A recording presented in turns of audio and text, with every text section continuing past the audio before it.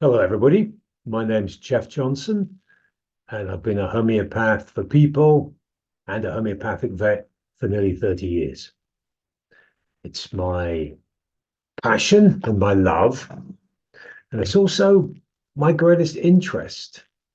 Like, what is going on? You probably know that homeopaths say it works through a process of like treats like. So, what does that mean? Well, if you had a hay fever or a cold, they had stingy eyes, a runny nose, sneezing, common sort of symptoms you get for hay fever. Then a remedy that a homeopath might consider giving you would be onion. We make homeopathic remedies from onion. We call it allium cepa. Because, of course, if you were cutting up an onion or cooking an onion, then you get stingy, runny eyes, a runny nose, and you sneeze. And so, onion has the same symptoms in a healthy person as hay fever often does. Another example would be someone who can't get to sleep. They go to bed and their head's turning over and over, and they know that they need a good night's sleep. They've got some important work to do tomorrow, and the head's turning over and over and over. Well, we might give them a remedy made from coffee. Coffea, we call it. Because, of course, if you drink loads of coffee before bed, you don't fall asleep. Your mind goes ticky, ticky, ticky, ticky, ticky, ticky, ticky, ticky. And however hard you try, you're awake. So the symptoms that you get when you drink coffee are like the symptoms that you have with insomnia. Another example would be the red pepper. I love red peppers. I love hot chilies. But for some people, you get a pepper and you get burning diarrhea. And so in homeopathy, capsicum, we call it, is one of our very best treatments for burning diarrhea. So, like treats like. But there's more going on than this. There's more going on. I had a patient once who had mental problems, and she also had terrible hay fever. And I took her case. Taking a case can take up to 2 hours. You ask somebody in really, really great depth all about themselves. And you keep asking until they go down into some strange areas, trying to get to the very center of them. And if I'm taking the case, seeing an animal, then I'll ask in huge depth all about the animal, its physical symptoms, its behavior, what the owner perceives is really going on with the animal. So I was taking the case of this lady, and here's some of the things which she said to me.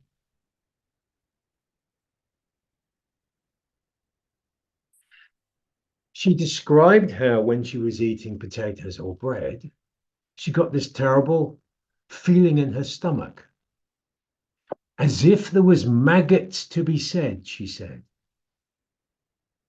And I asked her about her dreams. Dreams are really important. What we dream about, we dream about things for a reason. In some ways, they can be like a direct access to our deepest thoughts, deepest feelings. And she said, most of my dreams, I fly in my dreams. And there's a man there, like a Peter Pan-like figure. He teaches me how to fly. There's a science to flying. You need to run and jump into it. You need to not falter, but just believe. And he taught me this, and my first flight was a really wobbly one over a river. Recently, I've been flying in this weird Harry Potter-like land. I fly really high and I swoop down over the trees and then up again for a spin. My first time was jerky. You need to concentrate to be good.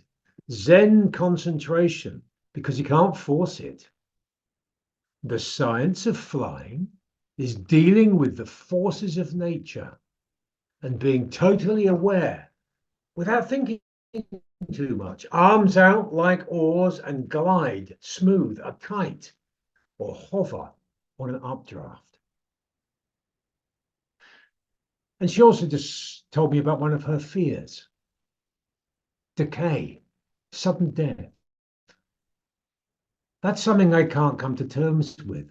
Blood, eyes open, dead teeth, the mouth, a dark hole.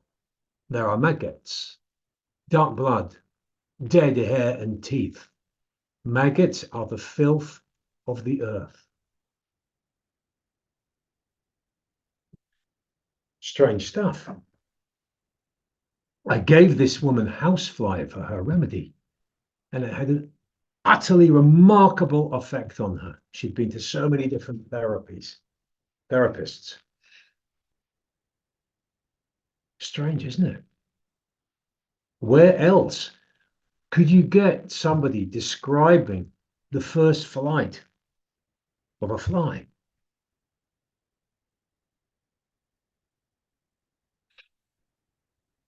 Another example of a patient was a lady who went into the terrible grief state after the death of her cat. This isn't that uncommon. I've come across this a lot as a vet and as a homeopath for people. The grief that people can feel when their beloved companion dies can be so intense. Interestingly, one of the things you can give someone as a sort of sticking plaster before you really get deeply into conversation with them to understand them is giving a remedy made from the milk of the species of animal they lost. So if somebody's lost their dog, I might give them the homeopathic remedy lac caninum, which is dog's milk. A cat, lac felinum. A horse, lac equinum. And in fact, this lady had been taking lac felinum to help her with her grief.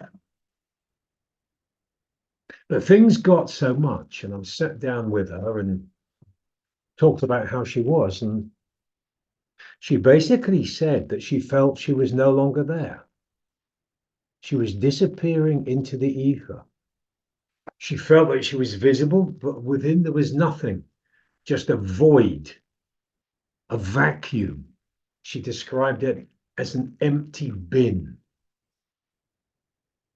She described herself like she was an ancient castle, and in the distance it looked like a castle, but actually in it there was nothing. She actually felt her grief was so intense that she no longer existed, and it was as if she was just going to float off into the universe. It's amazing the sort of things that people say when you take them deep inside themselves. So I'm feeling very sad, I'm full of grief. What's that like for you? And after 15 minutes, somebody could have been blown apart by an atomic bomb, or they might have been waving in a forest like a tree. Anyway, for this person, she didn't exist. And I knew the medicine she needed there. The medicine there is hydrogen. Why hydrogen? You might think, well, because 14.5 billion years ago, antimatter forms, matter forms, the Big Bang, the biggest explosion in the history of the universe, the beginning of the universe. I think you're not allowed to say beginning because time's weird and relative, isn't it? But let's say the beginning of the universe. And to start with, there was just vast amounts of energy expanding faster than the speed of light. And as it expanded, the huge heat there cooled. And we know E equals mc squared, Einstein's famous equation. energy equals mass times the speed of light squared. So sort of like energy is the same as mass when you get into the weird quantum physics world. And so as it expanded, it cooled just the same way as when steam comes out of a kettle, it expands, cools, then drops of water form, it condenses. In our universe, the energy shot out, and the very, very first thing to form, which we would call matter, was hydrogen. And in fact, all our suns and spirals of galaxies are made primarily of hydrogen that is burning.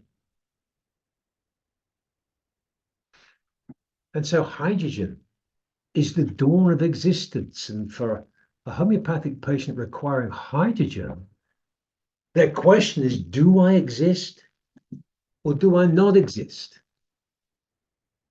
And for this woman, she didn't exist. So I gave her hydrogen and it worked fantastically well.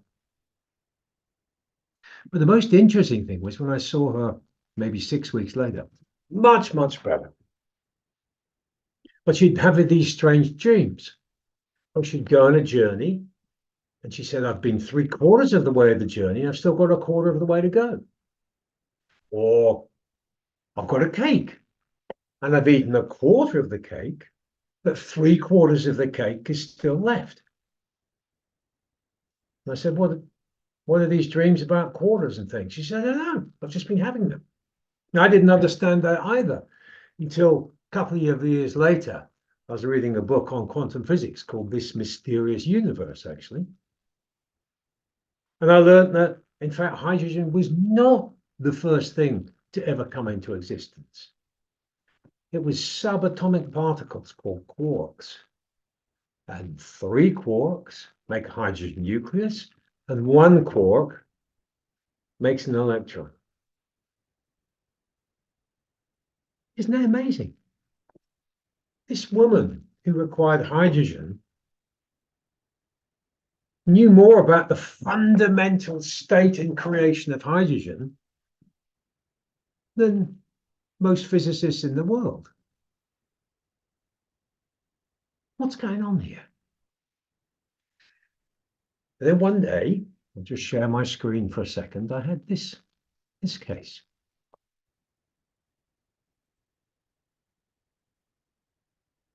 That dog was brought to me to be put to sleep. I said, oh dear, why is that? And they said, well, we love him very much. We've had him for 4 months, but recently he's become vicious the last couple of months, and he's growled at the children, and he's threatened my wife, and he started chasing bicycles and biting at the person cycling. And we can't have it. I've got 2 little kids. I said, oh dear, dear. I said, well, I've been doing this homeopathic thing for a couple of years. Would you like to try something to see if it would help? And so I goes, okay, then yeah. So he brings the dog to me, and it was one of the eeriest experiences of my life. And I was having some pretty eerie experiences around then because it was a time of mad cow disease. So I was saying a few mad cows.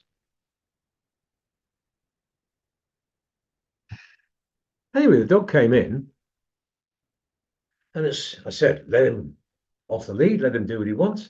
The dog comes in, and it stands up on its hind legs, and it walks about my surgery like this, exploring, and it comes up to me and looks at me like this, and then it wanders off. And after 10 minutes, it went and lay in the corner. It was very strange. And I said to the owner, tell me about exactly what happens when he's being aggressive. And the owner said, well, he draws his head back and he strikes just like a snake. I thought, I'm going to give this dog a snake remedy, because we know in homeopathy we've got a number of snake remedies, and we know that they can be aggressive and they can be violent, they can be sneaky, they can be vindictive. And the snake I gave to this dog was cobra. We call it nausea in homeopathy because cobra is the snake that does this. And I gave it a very high potency one, a 10M. It's very, very, very, very, very diluted and very, very banged, very potent, we call it. 10M nausea. And the dog went to sleep for 24 hours and it woke up and it was a different dog. And they didn't have to put it to sleep. And at that time, I thought, what conceivably can be going on here? That wasn't a dog. I mean, it was a dog, but it was a cobra in the body of a dog. And I thought, this is very strange. This is so different to all the concept I've had from conventional medicine where something's upset and you give a sedative or an anti-anxiety pill or an whatever you give. There's something totally different going on here. It's as if that dog was possessed by a cobra. And it was like that previous woman was possessed by hydrogen. And the previous one was possessed by a fly.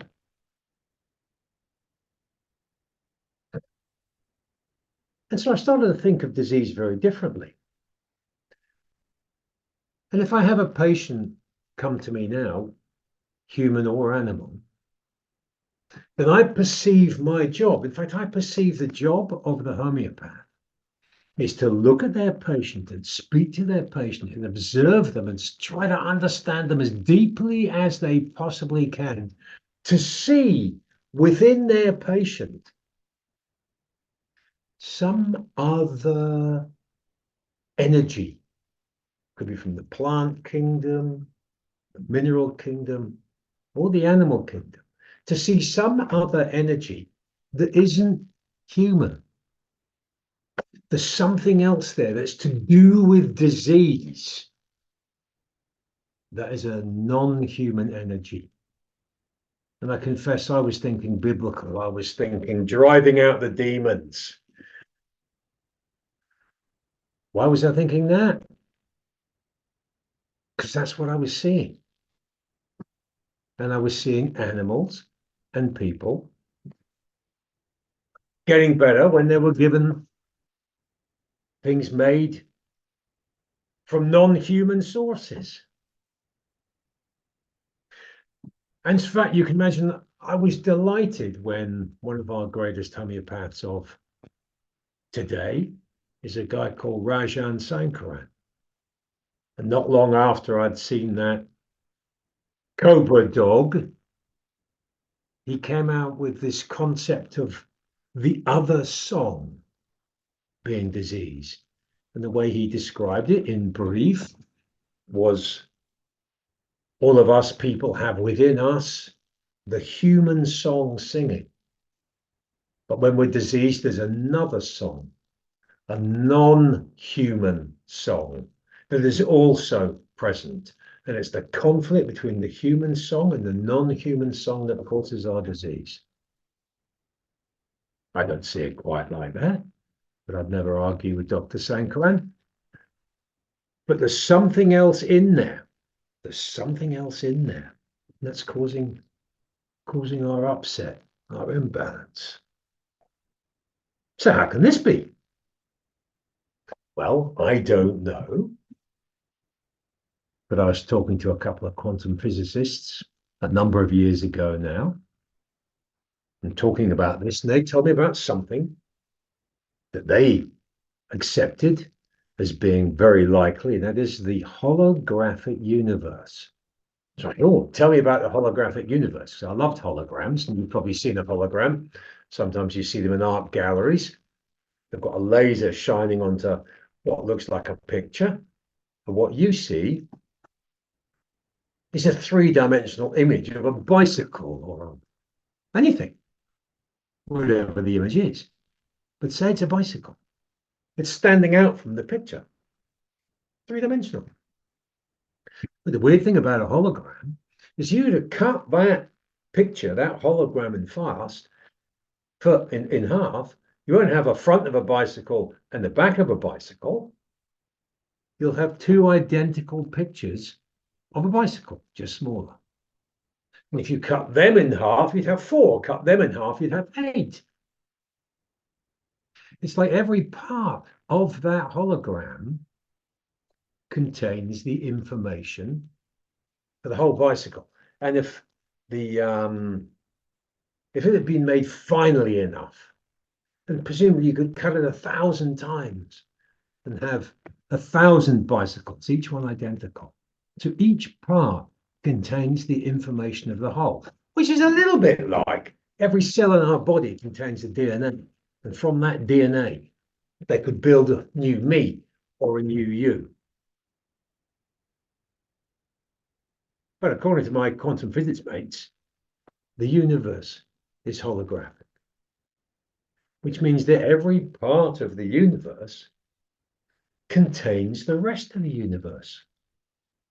That's beyond my brain. But if that's the case, that means within me or within you is everything, which in terms of homeopathy means that within me, every homeopathic remedy that's ever been made is already within me.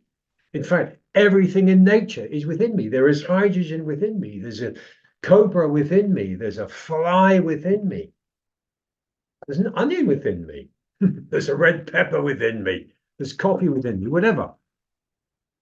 And I like to think that a healthy person, when they need to, could draw upon any of these energies as they need them. And that's health. But what happens when we're ill is we get stuck in one of these forms. We come stuck where we're resonating with the energy of fly. We get stuck where we resonate with the energy of hydrogen. And then we are prejudiced because we can only see the world through the views of that one thing. That's why we're diseased.